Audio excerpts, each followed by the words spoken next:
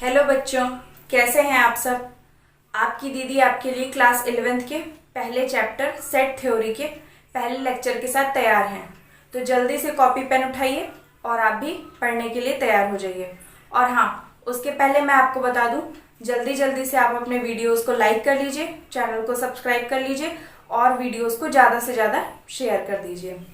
तो आइए देखते हैं हमें सेट थ्योरी में क्या पढ़ना है और ये सेट थ्योरी होती क्या है। जैसा कि आप जानते हैं कि सेट का मतलब होता है एक समूह। यानी जब भी आप कभी किसी पार्टी में जाते होंगे, उसके बाद में आप आते होंगे, बहुत सारा सामान बिखरा देते होंगे, तो आपकी मम्मी आपसे क्या बोलती होंगी, सारे सामान को सेट करके रख दो। तो सेट करने का मतलब क्या होता है, हर चीज़ को एक व्यवस्थित क्रम में रखना। तो इसी तरह जब हम संख्याओं, अक्षरों, किसी भी वस्तुओं, किसी भी स्थानों, किसी भी चीज़ को जब हम एक तार्किक क्रम में व्यवस्थित करते हैं तो उसे सेट थ्योरी कहते हैं। ठीक है। अब ये तार्किक क्रम क्या होता है। तार्किक क्रम अलग अलग चीज़ों के लिए अलग अलग तरह के हो सकते हैं। तार्किक का मतलब होता है कि आपको उसमें क्या करना है, एक रिलेशन ढूंढनी है, एक ऐसी रिलेशन ढूंढनी है जो एक प्रकार की वस्तुओं के बीच में हो और आप उसी क्रम में यानी उन्हें क्रमानुसार रखते जाएंगे। जैसे मान लीजिए कि आपके घर में 5 बच्चे हैं, आपको उनका सेट बनाना है, तो आप कैसे बनाएंगे। या तो आप लाइन में सबसे पहले सबसे बड़े बच्चे को, फिर उससे छोटे, फिर उससे छोटे, फिर उससे छोटे, ऐसे करके खड़ा करेंगे, या फिर पहले सबसे छोटे को, फिर उससे बड़े को, फिर उससे बड़े को खड़ा करेंगे। तो यही होता है तार्किक क्रम। तो जो सेट होता है, सेट थ्योरी, वो है तो मैथ्स का सब्जेक्ट टॉपिक, लेकिन इसमें बहुत सी चीजें आती हैं। आप किसी भी सामान का सेट बना सकते हैं, किसी भी संख्या का सेट बना सकते हैं, अंकों का सेट बना सकते हैं, अक्षरों का सेट बना सकते हैं, और भी बहुत चीजें हो सकती हैं। आइए देखते हैं कि इसमें क्या क्या संभव है। समुच्चय और उनका निरूपण। सबसे पहला हमारा जो टॉपिक है वो है समुच्चय और उसका निरूपण। सेट को ही हम हिंदी में समुच्चय कहते हैं और उसका निरूपण किस तरह से किया जाता है ये भी आपको सीखना है। निरूपण का मतलब क्या होता है कि हम सेट को किस तरह से लिखते हैं। तो इसको लिखने की 2 विधियां हैं, आइए देखते हैं। जैसे कि मान लीजिए, जैसे आप जानते होंगे कि ये ब्रैकेट होते हैं जिन्हें मंझला कोष्ठक या बीच वाला ब्रैकेट या मंझला ब्रैकेट बोलते हैं। तो सेट को हमेशा इन्हीं दोनों ब्रैकेट्स के बीच में लिखा जाता है। अब सेट को लिखने की 2 विधियां होती हैं। एक तो होती है सिंपल विधि, जिसे रोस्टर विधि कहते हैं, और दूसरी विधि होती है उसको सूचीबद्ध करने का तरीका। तो देखिए, जैसे मान लीजिए आपको A to Z के सभी जो स्वर होते हैं, यानी वर्णमाला, अंग्रेजी वर्णमाला के सभी स्वरों का समुच्चय बनाना हो, तो आप क्या करेंगे। A to Z का मतलब हुआ कि आपके पास A से लेके Z तक 26 अक्षर दिए हुए हैं, लेकिन आपको क्या करना है, केवल और केवल स्वरों का समुच्चय बनाना है। तो सबसे पहले तो हम क्या करेंगे, इससे स्वरों को छाट लेंगे। तो हम जानते हैं कि स्वर इसमें 5 होते हैं, A, E, I, O और U। अब उसके बाद में क्योंकि हमें स्वरों का समुच्चय चाहिए तो हमने उसे छाट लिया, लेकिन हम इसे E, O, I, U, A ऐसे नहीं लिख सकते। हम क्या करेंगे, इसे तार्किक क्रम में लिखेंगे। और यही बात मैं आपको समझाना चाहती थी कि यानी हर चीज का एक तार्किक क्रम होता है। अब जैसे हम वर्णमाला के अक्षरों का समूह लिखेंगे तो उसमें अक्षरों को जंबल नहीं करेंगे, आगे पीछे नहीं करेंगे, जो उनका एक क्रम है उसी क्रम में हमें इन्हें लिखना है। तो हम यहाँ क्या करेंगे, A, E, I, O, U लिख देंगे। और जो समुच्चय लिखने की ये विधि होती है, इसमें हर अवयव के बाद में कॉमा लगाया जाता है। हमारा जो समुच्चय होता है इसे हम क्या करते हैं, मैंने आपको बताया, मंझले ब्रैकेट में लिखते हैं और इसके अवयवों को जहां तक संभव हो, अंदर के अवयवों को छोटे अक्षरों से निरूपित किया जाता है। यानी अंग्रेजी वर्णमाला के जो छोटे अक्षर होते हैं उनसे इन्हें निरूपित किया जाता है, और पूरे समुच्चय को अंग्रेजी वर्णमाला के किसी भी कैपिटल लेटर से भी निरूपित किया जा सकता है। यानी जब आपको पूरे के पूरे समुच्चय को निरूपित करना होगा तो कैपिटल लेटर से, और उसके अंदर के किसी अवयव को जब निरूपित करना होगा तो स्मॉल लेटर से करते हैं। लेकिन अब जरूरी नहीं कि हर जगह पे हमें ये ए ई आई ओ यू मिले, इसके अलावा भी बहुत कुछ मिल सकता है। जैसे कि मान लो आपको एक समुच्चय दे दिया गया, संख्या 15 के सभी विषम गुणकों का समुच्चय। तो आपको क्या पता है कि 15 के कितने गुणनखंड हो सकते हैं, तो आपने कर लिया 1 गुणा 15 हो सकता है, क्योंकि 15 एकम 15 हो जाएगा।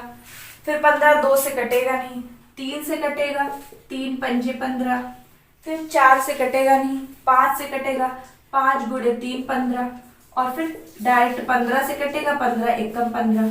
तो आपने देखा कि इसमें कितने अंक आ रहे हैं।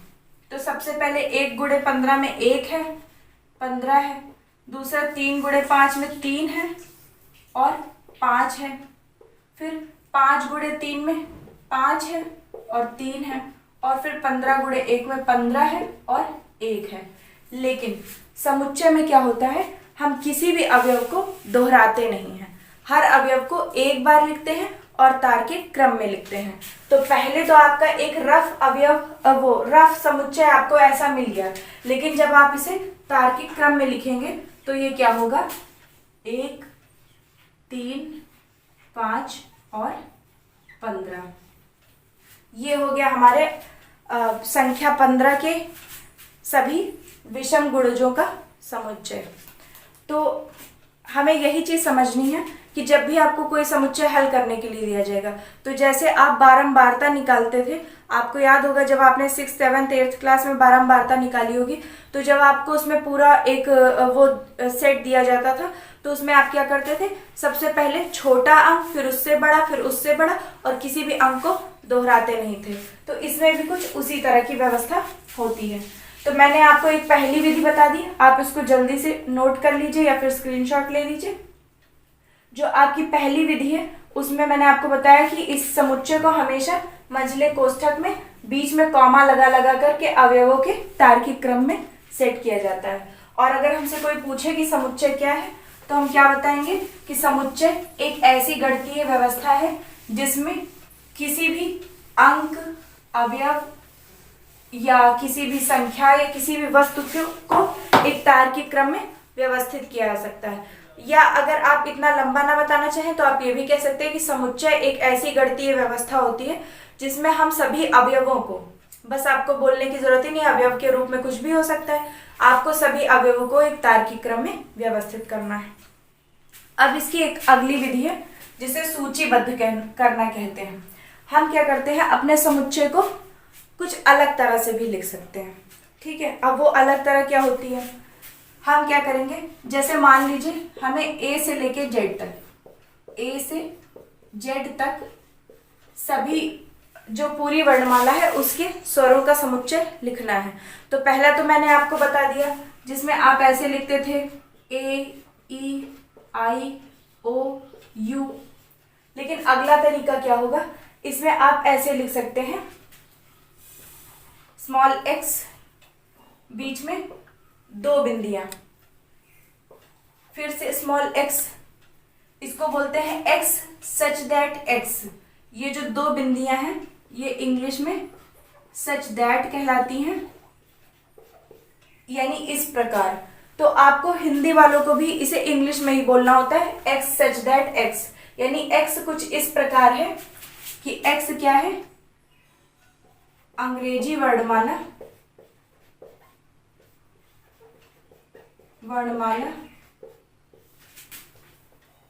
के सभी स्वरों का समुच्चय,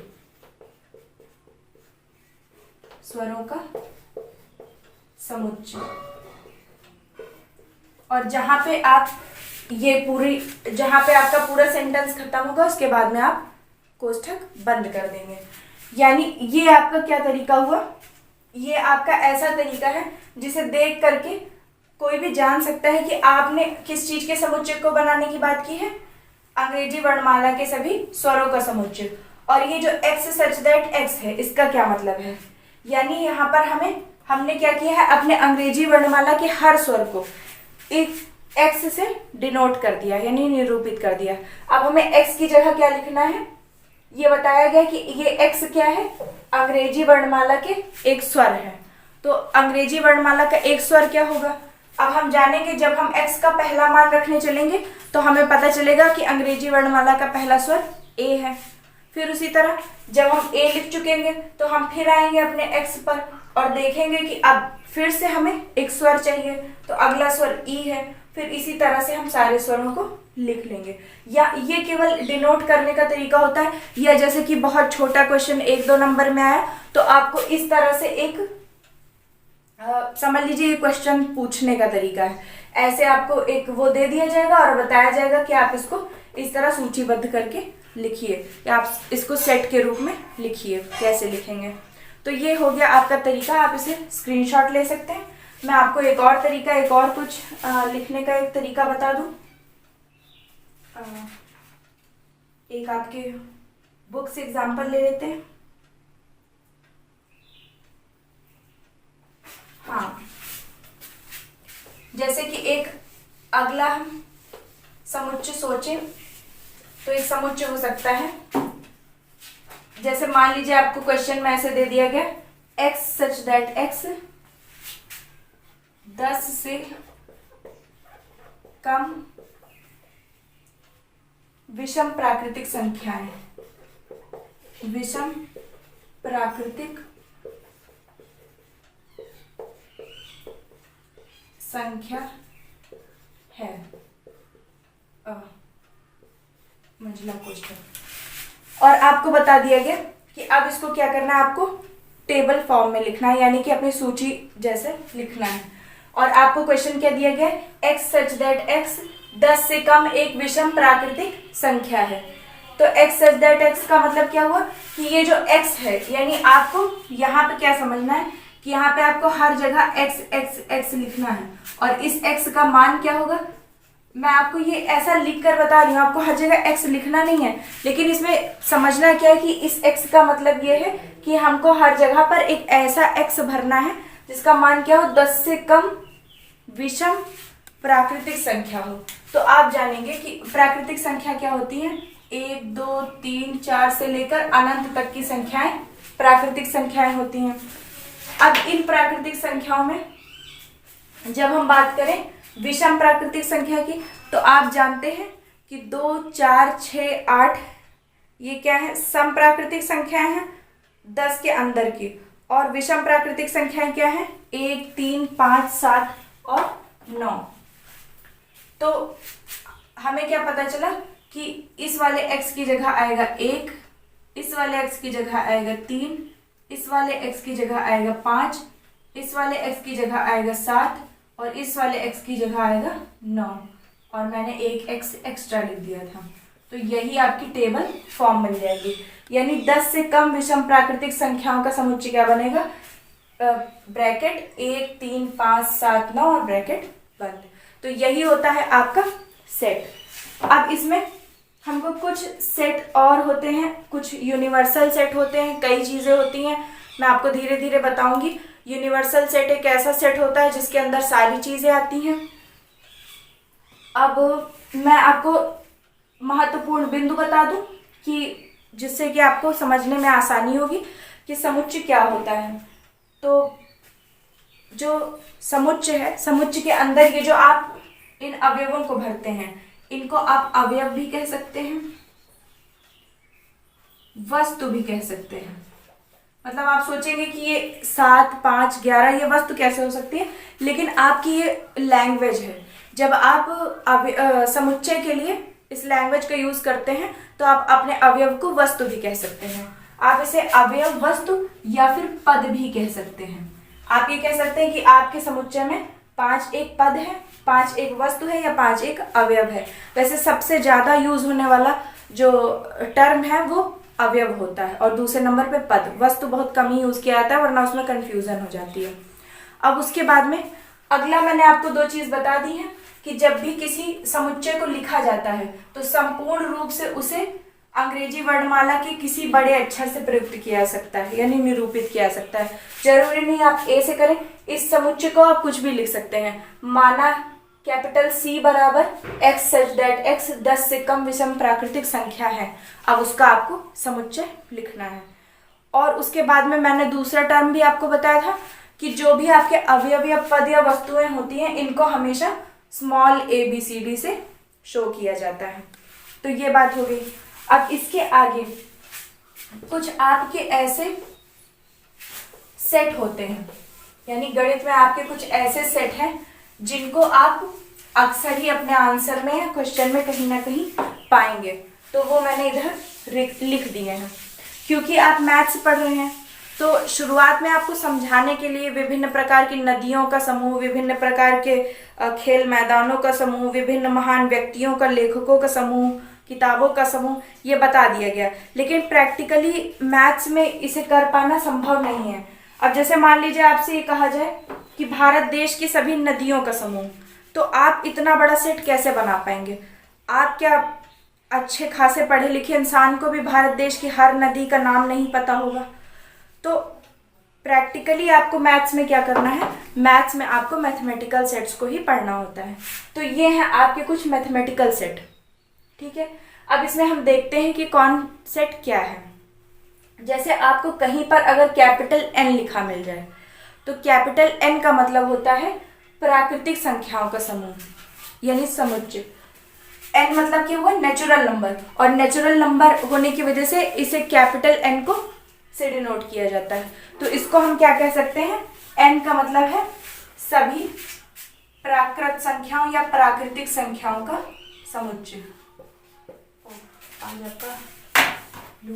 ठीक है। N का मतलब हुआ प्राकृत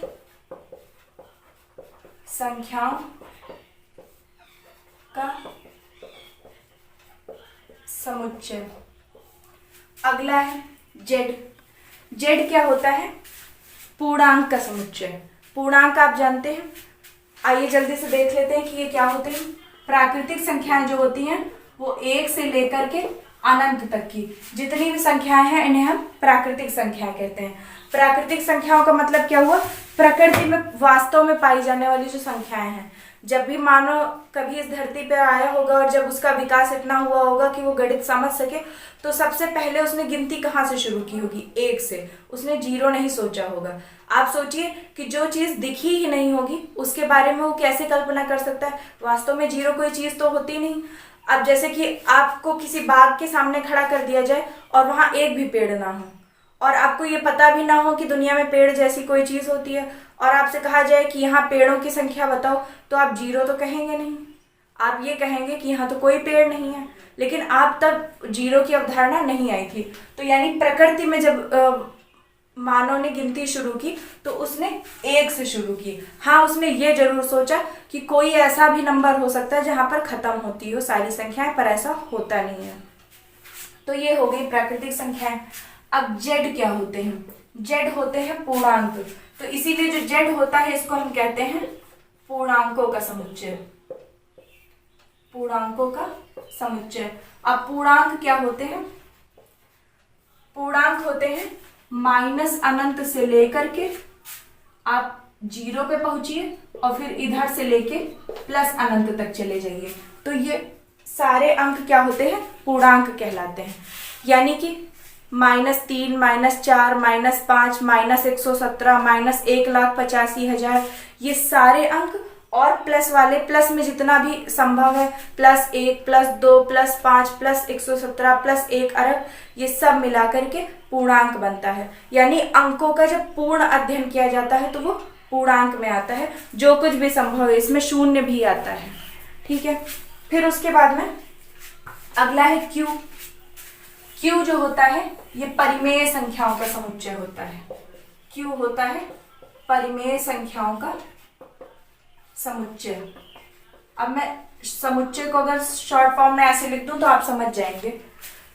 परिमेय संख्या क्या होती है, जब भी कोई संख्या इस फॉर्म में लिखी हो, 1/2, 3/4, लेकिन ये यानी कि कोई संख्या जब P/Q के फॉर्म में लिखी हुई हो, यानी एक अंक ऊपर हो एक अंक नीचे हो, दोनों के बीच में बटा लगा हो और Q का मान 0 नहीं होना चाहिए, तब उसे हम परिमेय संख्या कहते हैं। तो Q क्या है, परिमेय संख्याओं का समुच्चय। अब कैपिटल आर जो है, कैपिटल आर होता है रियल नंबर। रियल नंबर मतलब वास्तविक संख्याओं का समुच्चय।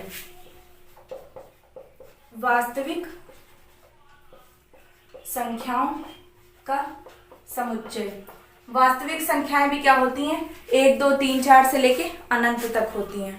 अब वास्तविक संख्याओं में क्या होता है, जब आप आगे पढ़ेंगे, अभी मैंने कल आपको बताया था सम्मिश्र संख्याएं आपका एक चैप्टर है, तब आपको पता चलेगा कि वास्तविक संख्या और काल्पनिक संख्या में क्या फर्क है तो ये भी जो आपकी प्राकृतिक संख्याओं की तरह ही, लेकिन इनमें क्या होता है कि ये वास्तव में एग्जिस्ट करती हैं और काल्पनिक संख्याएं दूसरी चीज होती हैं, तो वो आपको आगे पता चल जाएगा। फिर जेड प्लस क्या है, जैसे जेड पूर्णांकों का समुच्चय है, वैसे जेड प्लस धन पूर्णांकों का समुच्चय है। अगर जेड के ऊपर माइनस लगा हो तो वो क्या होगा, ऋण पूर्णांकों का समुच्चय हो जाएगा। उसके बाद क्यू प्लस क्या होगा, अगला है आपका क्यू प्लस धन परिमेय संख्याओं का समुच्चय। जैसे कि क्यू होता है परिमेय संख्याओं का समुच्चय, वैसे धन होगा वैसे क्यू प्लस होगा धन परिमेय संख्याओं का समुच्चय। अब इसके बाद में लास्ट आपका बचा आर प्लस। तो आर प्लस जैसे आर वास्तविक संख्याओं का है, वैसे आर प्लस धन वास्तविक संख्याओं का समुच्चय। ठीक है। अब इन सेट को मैंने आपको इसलिए बताया क्योंकि ये बहुत ही इंपॉर्टेंट है और आपको ये आगे जब आप अच्छे सवाल लगाने लगेंगे तो उनमें अक्सर ही आपको इन चीज़ों का काम लगेगा। अक्सर ही आपको क्वेश्चन में ये मिलेंगे, कहीं आंसर में भी आ सकता है, तो आप अपने आंसर को और अच्छा लिखने के लिए इनका यूज कर सकते हैं। अब इसके बाद में आपको पढ़ना है, अब डायरेक्ट आपके एग्जाम्पल दिए हुए हैं और एग्जाम्पल के बाद में सीधा एक्सरसाइज आ गई है। तो मुझे ऐसा लगता है कि आपकी क्लास आज बहुत ज़्यादा लंबी हो जाएगी। जितना आपको समझना था, सीखना था, आपने सीख लिया है। अब इस क्लास को अगर आपको ये एक बार में ना समझ में आए, क्योंकि ऐसा हो सकता है आपने ये सबसे पहली बार देखा, सबसे पहली बार सुना और सबसे पहली बार पढ़ा है, तो आप इस क्लास को क्या कर सकते हैं, 2 बार 3 बार रिपीट करके देख सकते हैं, आपको अच्छे से समझ में आ जाएगा। और बाकी इस यहाँ पर भी और 12th क्लास में भी कुछ चीज़ें मैथ्स में ऐसी हैं जिनको जब आप आगे एक्सरसाइज में अप्लाई करेंगे धीरे धीरे आपको आने लगेंगी। जैसे कभी कभी बहुत बड़े फॉर्मूले होते हैं, आपको याद करने में प्रॉब्लम होती है, लेकिन जब आप उस पर 2-4 सवाल लगाते हैं अपने आप वो दिमाग में सेट हो जाता है। तो उसी तरीके क्या है, ये सबसे ईजीएस्ट चैप्टर है 11th क्लास का। आपको ये शुरुआत है, अभी आपने कभी पढ़ा नहीं, इसलिए हो सकता है ये आपको थोड़ा सा अभी डिफिकल्ट लग रहा हो। तो कल हम आपकी एक्सरसाइज 1.1 पर पहुंचेंगे, और जो कि बहुत ही छोटी और थोड़ा सा समझने वाली एक्सरसाइज है। और उसके बाद में कोशिश करेंगे कि आप जल्दी से जल्दी इसको अच्छे से अच्छे समझ लें। तो तब तक आप अपने चैनल को सब्सक्राइब कर लीजिए, वीडियोस को लाइक कर दीजिए और ज़्यादा से ज़्यादा शेयर कीजिए, ताकि आपके और भी भाई बहन जो इस समय लॉकडाउन की वजह से स्कूल कोचिंग से नहीं जुड़ पा रहे हैं और जो जुड़े हुए भी हैं उन्हें भी कोई प्रॉब्लम नहीं है, वो अपना आराम से जब उनको समय मिले तब ये क्लासेस दे सकते हैं। हो सकता है कि किसी की स्कूल कोचिंग कॉलेज कहीं पे भी कुछ अलग पढ़ाया जा रहा हो, यहाँ पर अलग, तो उनका रिवीजन और साथ में प्रिपेयरिंग अच्छी चलती रहेगी। और आपको जो भी सुझाव देने हो, अगर आपकी कोई सजेशन है, अगर आपको ऐसा लगता है कि मैम आप थोड़ा सा ये बदलाव करेंगी तो ज़्यादा अच्छा रहेगा, तो आप अपनी सजेशंस को अपने कमेंट बॉक्स में लिख सकते हैं। Okay, thank you.